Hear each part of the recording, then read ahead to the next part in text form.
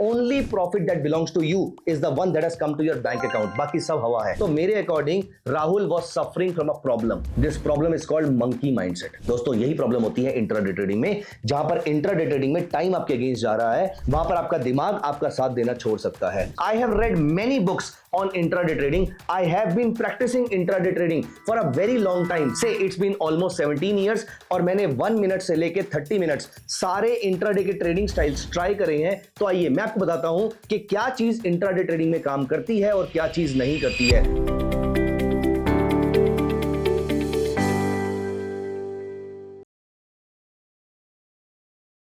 हाय दोस्तों, welcome to Tradewise by the future university. दोस्तों इस मार्केट में दो टाइप के पार्टिसिपेंट्स होते हैं, एक होता है इन्वेस्टर और एक होता है ट्रेडर। लेकिन क्या आपको मालूम है कि ट्रेडर इटसेल्फ भी इतनी बड़ी डेफिनेशन है कि आप मल्टीपल टाइप्स में से कोई भी एक टाइप के ट्रेडर ही बनेंगे। Most likely out of many trading styles आप एटलीस्ट अपने स्टार्टिंग करियर में कोई एक ट्रेडिंग स्टाइल चूज करेंगे और उसी को मास्टर करेंगे। रादर मैं जितने भी सक्सेसफुल ट्रेडर से मिला हूं, उन्होंने किसी एक ही ट्रेडिंग स्टाइल में मास्टरी करी है। अब ये ट्रेडिंग स्टाइल कौन कौन से होते हैं? पहला, you can be a positional trader. आप आज ट्रेड इनिशिएट कीजिए और कई हफ्तों और महीनों तक आप ट्रेड को होल्ड करके रखिए। This is called positional trading. Positional trading में आपके बड़े प्रॉफिट्स होते हैं और बड़े लॉसेस होते हैं। नंबर ऑफ ट्रेड्स बहुत कम होते हैं, लेकिन सक्सेस रेट बहुत ही बढ़िया हो सकता है और आपके पास एनफ टाइम होता है मार्केट में एंट्री और एग्जिट लेने का, और रादर अपने डिसीजन को चेंज करने का, इंप्रोवाइज करने का, हर चीज का बहुत ज्यादा टाइम होता है। दोस्तों दूसरा ट्रेडिंग स्टाइल जो बहुत ज्यादा यूज होता है और बहुत ज्यादा लोग इसको फॉलो करते हैं, क्योंकि बहुत सारे लोग प्रोफेशनल जर्नी में होते हैं, जॉब कर रहे होते हैं, प्रोफेशनल करियर होता है, बिजनेस कर रहे होते हैं, कुछ आउटलेट्स होते हैं, कुछ शोरूम्स होते हैं, कुछ भी हो सकता है।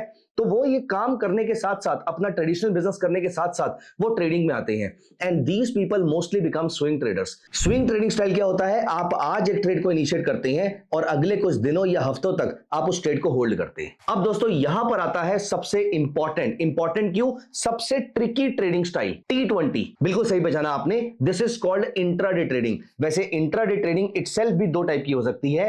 एक तो होती है नॉर्मल इंट्राडे ट्रेडिंग, जहां पर आप सुबह 9:15 से लेकर 3:30, अगर हम इंडियन मार्केट्स की बात करें तो 9:15 से लेकर 3:30 के बीच में आप एक ट्रेड इनिशिएट करते हैं और आज ही उसको एग्जिट करते हैं। लेकिन एक ट्रेडिंग स्टाइल और इंट्रिकेट होता है, जहां पर आप कुछ मिनट्स के लिए मार्केट में एंटर करते हैं। जैसे मैगी बनाने के लिए सिर्फ 2 मिनट चाहिए होते हैं, वैसे ये खास टाइप का ट्रेडिंग स्टाइल होता है जो 2-2 मिनट में भी फिनिश हो जाता है। दिस इज कॉल्ड स्कैल्पिंग, जहां पर आप बड़े प्रॉफिट्स के लिए छोटे पॉइंट्स के साथ बड़ी क्वांटिटी में ट्रेड करते हैं। This is called scalping. तो स्कैल्पिंग और इंट्राडे ट्रेडिंग ये बहुत ही खास टाइप की ट्रेडिंग स्टाइल है और इसमें आपके रिफ्लेक्सेस बहुत फास्ट होने चाहिए। यहां पर स्टॉप लॉसेस बहुत छोटे होते हैं, टारगेट्स भी छोटे होते हैं, आपके नंबर ऑफ ट्रेड्स भी बहुत ज्यादा हो सकते हैं और आपका सक्सेस रेट भी कॉम्प्रोमाइज होता है। इसीलिए दोस्तों यहां पर एक एक ट्रेड बहुत मैटर करता है। आपका एक एक ट्रेड पूरे दिन की दिशा और दशा बदल सकता है। तो इंट्राडे ट्रेडिंग, जो कि इन सारे ट्रेडिंग स्टाइल्स में सबसे ज्यादा इंट्रिकेट और बहुत ही फास्ट रिफ्लेक्सेस वाली कंसीडर करी जाती है, इसको मास्टर करना is the real game. And दोस्तों आज की इस वीडियो में मैं आपकी एक प्रॉब्लम सॉल्व करने वाला हूं, जहां पर मैं आपको बताऊंगा कुछ गोल्डन रूल्स जो अगर आपने फॉलो कर लिए तो आप एक सक्सेसफुल इंट्राडे ट्रेडर बन सकते हैं। I have read many books on intraday trading. I have been practicing intraday trading for a very long time. Say it's been almost 17 years और मैंने 1 मिनट से लेके 30 मिनट्स सारे इंट्राडे के ट्रेडिंग स्टाइल्स ट्राई करे हैं। तो आइए मैं आपको बताता हूं कि क्या चीज इंट्राडे ट्रेडिंग में काम करती है और क्या चीज नहीं करती है। और यहां पर हम बात कर रहे हैं कैश मार्केट की। अगर हम ऑप्शंस पे आएंगे तो ऑप्शन में चीजें और ज्यादा इंट्रिकेट हो जाती हैं, उसके बारे में हम फिर कभी बात करेंगे। लेकिन आज अगर हम बेसिक प्राइमरीली अगर ब्रॉडर लेवल पर इंट्राडे ट्रेडिंग की बात करें तो दोस्तों कुछ बातें ऐसी हैं जो आपको याद रखनी है। हम में से ज्यादातर लोग इंट्राडे ट्रेडिंग में सबसे ज्यादा अगर किसी चीज से सफर करते हैं तो वो है ये वाला पॉइंट। राहुल ने मान लेते हैं एक ट्रेड लिया और उन्होंने 15 मिनट्स के टाइम फ्रेम पे चेक किया कि मार्केट अप ट्रेंड में है, और मान लेते हैं कि उनकी अप ट्रेंड की डेफिनेशन क्या है? When the stock is forming a higher high and a higher low, the stock is said to be in uptrend, and when the stock is forming a lower low and a lower high, the stock is said to be in downtrend. As simple as that. इस definition के according उन्होंने 15 minutes के time frame पे एक bye trade उठा लिया। उन्होंने कौन सा टाइम फ्रेम लिया? 15 मिनट्स, जो कि इंट्राडे के लिए होता है, जो मैं थोड़ी देर में डिस्कस भी करने वाला हूं। अभी यहां पर ये स्टॉक आपका 100 रुपीज से बढ़कर फॉर एग्जांपल 103 हो गया। उनको इंट्राडे का 3% रिटर्न आ रहा है। मान लेते हैं कि उनका टारगेट थोड़ा सा एक्स्ट्रा ऑर्डिनरी हाई था और वो 104 का टारगेट ले रहे थे। हाइपोथेटिकली कुछ भी एक नंबर हमने ले लिया यहां पर। अब वो 100 रुपीज का उन्होंने ट्रेड लिया, 103 पे स्टॉक आ चुका है और यहां पर अभी उन्होंने प्रॉफिट बुक नहीं किया, वो मार्केट के ऊपर जाने की और ज्यादा वेट कर रहे हैं। अब यहां पर ये स्टॉक गिर के हो जाता है 102.50। अब इनको अच्छा नहीं लग रहा, लेकिन अभी होप है कि प्राइसेस ऊपर जाएंगे। प्राइसेस गिर के आ जाते हैं 102, होप और ज्यादा बढ़ जाती है। अब उनको लगता है कि अब तो मार्केट में करेक्शन भी आ गई है, अब तो ये स्टॉक सीधा मेरा टारगेट हिट करेगा। स्टॉक का प्राइस हो जाता है 101.50। अब दोस्तों यहां पर दिल की धड़कनें बढ़ती जा रही हैं। अब वो यहां पर 15 मिनट्स टाइम फ्रेम छोड़कर वो आ जाते हैं 10 मिनट्स टाइम फ्रेम पे। 10 मिनट्स टाइम फ्रेम पे भी वहां पर वो नोटिस करते हैं कि the stock is forming higher high higher low और अभी स्टॉप लॉस नहीं काटा है। कोई बात नहीं, थोड़ी देर और बीतती है, स्टॉक आ जाता है 101 पे। अब तो सिर्फ 1% प्रॉफिट बचा है, जहां पर 3% प्रॉफिट वो देख चुके थे। अब वो जाके 5 मिनट्स टाइम फ्रेम पे जाते हैं, फिर वो 3 मिनट्स टाइम फ्रेम पे जाते हैं, फिर वो 1 मिनट टाइम फ्रेम पे जाते हैं और देखते हैं क्या कहीं पर लोअर लो लोअर हाई तो नहीं बन रहा, मैं अपने ट्रेड में सही तो बैठा हुआ हूं। और वो नोटिस करते हैं कि 1 मिनट और 2 मिनट टाइम फ्रेम पे the stock is already forming, और rather it has been forming a lower low lower high for a very long time. ये तो बहुत पहले हो चुका था और वहां से तो प्राइसेस काफी नीचे आ चुके हैं। अब उनको रियलाइज होता है कि ये तो मैंने गलती कर दी, इस स्टॉक से तो मुझे पहले एग्जिट हो जाना चाहिए था। लेकिन वो अब ये गलती नहीं करते हैं, अब वो इमीडिएटली स्टॉक से एग्जिट हो जाते हैं। दोस्तों 15 मिनट भी नहीं बीतते या मे भी आधा घंटा भी नहीं बीतता और स्टॉक 104 पे चला जाता है। आप मुझे बताइए इस पूरे ट्रेड में क्या राहुल की कोई गलती थी? अगर हां तो कमेंट्स में लिखिए यस, और अगर ना तो लिखिए नो। और अगर आपने यस लिखा है तो आपकी लैंग्वेज में आपके अकॉर्डिंग क्या गलती थी ये भी मुझे कमेंट्स में बताइएगा। और यहां पर आप वीडियो को पॉज भी कर सकते हैं क्योंकि मैं अपना आंसर आपको बताने वाला हूं। दोस्तों मेरे according Rahul was suffering from a problem, this problem is called monkey mindset. अगर आपने ट्रेड को इनिशिएट किया था 15 मिनट्स के टाइम फ्रेम पे तो आपको 15 मिनट्स के टाइम फ्रेम पे स्टिक रहना था, आपको 10 minutes 5 minute 3 minute 2 minute 1 minute पे नहीं आना था। दोस्तों जहां पर आपको रिफ्लेक्सेस फास्ट मूव करने होते हैं वहां पर आपका दिमाग काम करना बंद कर देता है। दोस्तों जहां पर आपके रिफ्लेक्सेस फास्ट काम करने चाहिए वहीं पर ही आपके रिफ्लेक्सेस आपको धोखा दे जाते हैं, आपका माइंड स्लो हो जाता है, आपका माइंड सही डिसीजन नहीं ले पाता है। This is the biggest problem with the T20 while this is not a problem with the test match. Test match में आपके पास खेलने के लिए बहुत सारी बॉल्स होती हैं, आपके ऊपर कोई प्रेशर नहीं होता, लेकिन T20 में एक एक बॉल एक एक ओवर बहुत ज्यादा मैटर करता है। दोस्तों यही प्रॉब्लम होती है इंट्राडे ट्रेडिंग में, जहां पर इंट्राडे ट्रेडिंग में टाइम आपके अगेंस्ट जा रहा है, वहां पर आपका दिमाग आपका साथ देना छोड़ सकता है। दोस्तों यहां पर पहला गोल्डन रूल जो आपको याद रखना है ट्रेडिंग का, स्पेशली इंट्राडे ट्रेडिंग का, वो ये है that you should not be following a monkey mindset. हम ह्यूमंस का एवोल्यूशन मंकी से जरूर हुआ है, एप से जरूर हुआ है, लेकिन चलती मार्केट में हमने अलग अलग पेड़ों पे छलांग नहीं मारनी है, हमने अलग अलग टहनियों पे नहीं जाना है। जो टाइम फ्रेम देखकर आपने ट्रेड इनिशिएट किया था, आप ट्रेड का एंड भी उसी टाइम फ्रेम पे ही करेंगे। देखिए जब आपने ट्रेड ले लिया है तो आप ट्रेड लेने के बाद जो डिसीजन लेते हैं वो बायस्ड डिसीजन होते हैं। कारण बताऊं क्यों? क्योंकि ट्रेड लेने के बाद आप ट्रेड के साथ प्यार में हैं, और प्यार में इंसान, कमेंट्स में लिखिए क्या होता है। खैर that was on a lighter note only. The point is कि आपको मंकी माइंडसेट फॉलो नहीं करना है। टेस्ट मैच में ये प्रॉब्लम कम आती है, कहने का मतलब है पोजिशनल ट्रेडिंग में ये प्रॉब्लम कम आती है, लेकिन इंट्राडे ट्रेडिंग में और स्कैल्पिंग में प्रॉब्लम बहुत ज्यादा आती है। तो पहली प्रॉब्लम, पहला गोल्डन रूल जो आपको याद रखना है इंट्राडे ट्रेडिंग का, that choose one time frame and stick to it. At least कुछ महीनों तक सेम टाइम फ्रेम पे स्टिक कीजिए, स्ट्रेटजी बनाइए, स्ट्रेटजी बैक टेस्ट कीजिए, उसको एग्जीक्यूट कीजिए। एग्जीक्यूट करने के बाद आपने उसमें कोई चेंज नहीं करना है। अगर वो खराब थी तो बैक टेस्टिंग में पता लग जाता, लेकिन अगर वहां पर अच्छी थी तो चांसेस आर हाई कि वो रियल मार्केट में भी अच्छा ही परफॉर्म करेगी। दोस्तों golden rule number 2, time frame. हम में से ज्यादातर लोग 30 minutes time frame, hourly time frame, और या फिर 30 सेकंड्स का टाइम फ्रेम, 15 सेकंड का टाइम फ्रेम, इवन 5 सेकंड्स का टाइम फ्रेम, और कभी कभी तो हम 1 टिक का टाइम फ्रेम भी ले लेते हैं। दोस्तों इंट्राडे ट्रेडिंग को इंट्राडे ट्रेडिंग रहने देते हैं, ना तो स्कैल्पिंग बनाते हैं, ना इसको पोजिशनल ट्रेडिंग की तरफ लेकर जाते हैं। दोस्तों इंट्राडे ट्रेडिंग में यहां पर आपको मल्टीपल टाइम फ्रेम्स दिख रहे हैं, ये जो ऊपर वाले टाइम फ्रेम है ये स्कैल्पर के हैं। इवन 1, 2 और 3 मिनट्स टाइम फ्रेम भी मोस्टली स्कैल्पर ही यूज करते हैं। इंट्राडे ट्रेडर मोस्टली 5 मिनट से 15 मिनट्स का टाइम फ्रेम यूज करते हैं, और स्विंग ट्रेडर मोस्टली आवरली से लेकर डेली तक का टाइम फ्रेम यूज करते हैं, और पोजिशनल ट्रेडर डेली, वीकली या मंथली टाइम फ्रेम यूज करते हैं। तो अगर आप इंट्राडे ट्रेडर हैं तो ये है आपका टाइम फ्रेम, जहां पे 5 मिनट्स 10 मिनट्स 15 मिनट्स ऐसा कोई टाइम फ्रेम यूज करना चाहिए। यहां पर मैं आपको एक चीज और बता दूं, दोस्तों कोशिश कीजिए ऐसा टाइम फ्रेम यूज कीजिए जो पूरे डे को इक्वल पार्ट्स में डिवाइड करता हो। मान लेते हैं कि आप अपनी कैंडल को 8 मिनट्स में डिवाइड कर देते हैं, 8 मिनटों में डिवाइड कर देते हैं, तो आपका जो पूरा दिन है जिसमें 375 मिनट्स होते हैं उसको आप 8 से डिवाइड करेंगे तो कुछ रिमाइंडर बच जाएगा। आप 5 से कीजिए या 15 से कीजिए, this is more logical time frame compare to 8 minutes. वैसे ही आपकी स्ट्रेटजी पे डिपेंड कर सकता है, तो यहां पर मैं कोई इनपुट नहीं दूंगा, लेकिन ये मेरा पर्सनल एक्सपीरियंस रहा है कि आप अगर वॉल्यूम को भी ट्रेड करते हैं तो वॉल्यूम को इक्वलाइज करने के लिए, वॉल्यूम को नॉर्मलाइज और रैशनलाइज करने के लिए आपको एक दिन को सेम टाइम फ्रेम में डिवाइड करना चाहिए। दोस्तों rule number 3, risk management. Risk management का मतलब क्या होता है? रिस्क मैनेजमेंट का मतलब ये होता है कि आप इन दोनों में से कोई एक स्ट्रेटजी फॉलो करेंगे। या तो आपका रिवॉर्ड इज टू रिस्क की ratio which is called the profit factor. ये प्रॉफिट फैक्टर या तो बहुत ज्यादा हो, 3 टाइम्स हो, 4 टाइम्स हो, 7 टाइम्स हो। मतलब अगर आपका 1 रुपए का रिस्क है तो 3 रुपए, 4 रुपए, 5 रुपए का रिवॉर्ड है। या तो कुछ ऐसा हो तो आप प्रॉफिट्स को लगातार ट्रेल करते रहिए। और अगर आपका रिस्क रिवॉर्ड रेशो 1:1.5 है, 1:1 है, 1:1.2 है, तो दोस्तों यहां पर आपका प्रॉफिट आते ही आपको दिमाग का इस्तेमाल बंद कर देना है।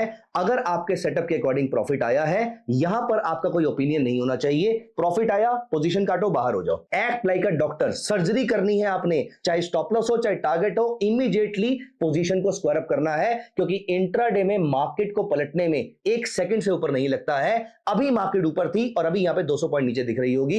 इसीलिए प्लीज मेक श्योर कि आपका रिस्क मैनेजमेंट इन प्लेस हो। एंड ऑल्सो रिस्क मैनेजमेंट में मैं अपनी स्ट्रेटेजीज में एक चीज जरूर फॉलो करता हूं। दोस्तों मेरा पर्सनली ऐसा मानना है that the only profit that belongs to you is the one that has come to your bank account. बाकी सब हवा है।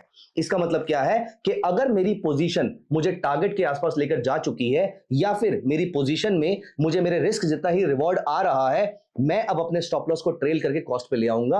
मैं इस ट्रेड में लॉस नहीं बुक करूंगा। एक ऐसा ट्रेड जो ऑलमोस्ट प्रॉफिटेबल और अच्छा प्रॉफिटेबल हो चुका है, उसमें मैं अब लॉस नहीं बुक करूंगा। ये मेरा खुद से वादा होता है। इसलिए जैसे ही मेरा ट्रेड प्रॉफिट के आसपास आता है या फिर अच्छा खासा प्रॉफिटेबल हो जाता है, मैं वहां पर अपने स्टॉप लॉस को ट्रेल करके कॉस्ट पे ले आता हूं। एंड दोस्तों लास्ट गोल्डन रूल क्या है? The last golden rule is very important. This is position sizing.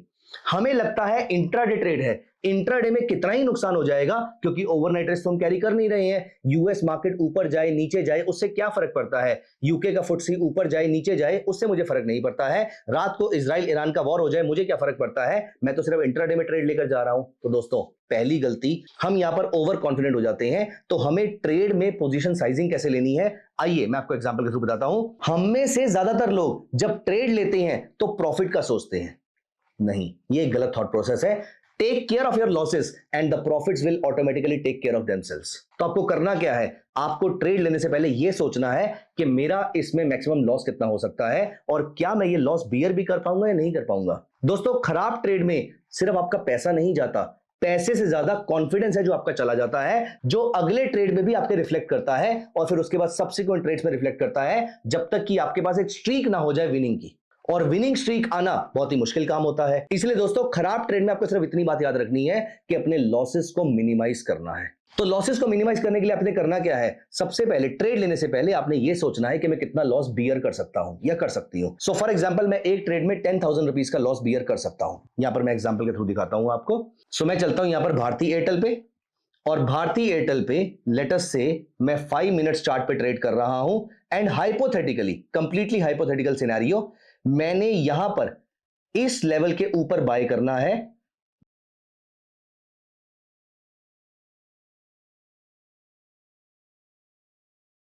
मैंने यहां पर इस लेवल के ऊपर बाय करना है। सो मैंने 1 के ऊपर बाय करना था और 2 मेरा स्टॉप लॉस था। अब क्वेश्चन ये है कि मैं कितनी पोजीशन लेने के लायक हूं। दोस्तों यहां पर देखिए मेरा बाय लेवल है 1933, तो मान लेते हैं यहां पर 1933 के ऊपर मुझे बाय करना है और 1930 का मेरा स्टॉप लॉस है, तो 3 रुपए का मेरा स्टॉप लॉस है। अब दोस्तों मेरी इंट्राडे में लॉस मेकिंग कैपेसिटी जो है वो है 3000 रुपीज की। मैं एक ट्रेड में 3000 रुपीज से ऊपर का लॉस नहीं ले सकता। तो दोस्तों ऐसे केस में अगर 3 रुपए का यहां पर लॉस है तो यहां पर मैं 1000 क्वांटिटी एट द बेस्ट उठा सकता हूं। 1000 से ऊपर शेयर मुझे इसके इंट्राडे में नहीं उठाने हैं। ऑफ कोर्स मुझे उसके लिए पैसे सिर्फ 200 शेयर के देने पड़ेंगे, क्योंकि इंट्राडे में आपको यहां पर लीवरेज मिलेगी 5 टाइम्स की। तो यहां पर मेरा मैक्सिमम लॉस जो है वो सिर्फ 3000 का हो सकता है। जैसे कि यहां पर मेरे ब्रोकिंग टर्मिनल पे, और मैं यहां पर कोई ब्रोकिंग टर्मिनल रिकमेंड नहीं कर रहा, मैं आपको सिर्फ एग्जांपल दिखा रहा हूं कि यहां पर मेरे पास लेट अस से 1 लाख रुपीस है और मैं हर ट्रेड में 10% एलोकेट करना चाहता हूं। मुझे मालूम है कि मैं एक ट्रेड में 3% का रिस्क ले सकता हूं और 10% का रिवॉर्ड ले सकता हूं। मुझे ये मालूम है कि यहां पर 1878 का लॉस हो सकता है मुझे। लेट अस से मैं अपने इस लॉस को बढ़ा के, मैंने बताया मैं 3000 रुपीज लॉस ले सकता हूं, तो मैं यहां पर कर देता हूं 4। तो दोस्तों मैं अपनी पोजीशन साइजिंग कैसे डिफाइन करूं, यहां पर आपको ज्यादा दिमाग लगाने की जरूरत नहीं है। अगर आप सिंपल गूगल सर्च करेंगे, आप टाइप कर लीजिए ब्रोकिंग कंपनी का नाम plus position size calculator. So for example मेरा ब्रोकर है यहां पर धन, और मैं यहां पर टाइप कर लेता हूं धन पोजीशन कैलकुलेटर। यहां पर मेरे सामने पोजीशन साइज कैलकुलेटर दिख जाता है। अगेन यहां पर आपकी मर्जी है, आप ज़ीरोधा का पोजीशन साइज देख सकते हैं, ग्रो का देख सकते हैं, इन सबके पोजीशन साइज कैलकुलेटर आपको आराम से गूगल पे मिल जाएंगे। यहां पर मैं जाता हूं, मेरे अकाउंट में 1 लाख रुपीस के आसपास है और 1933 रुपीस का मेरा शेयर है जहां पर मैं बाय कर रहा हूं।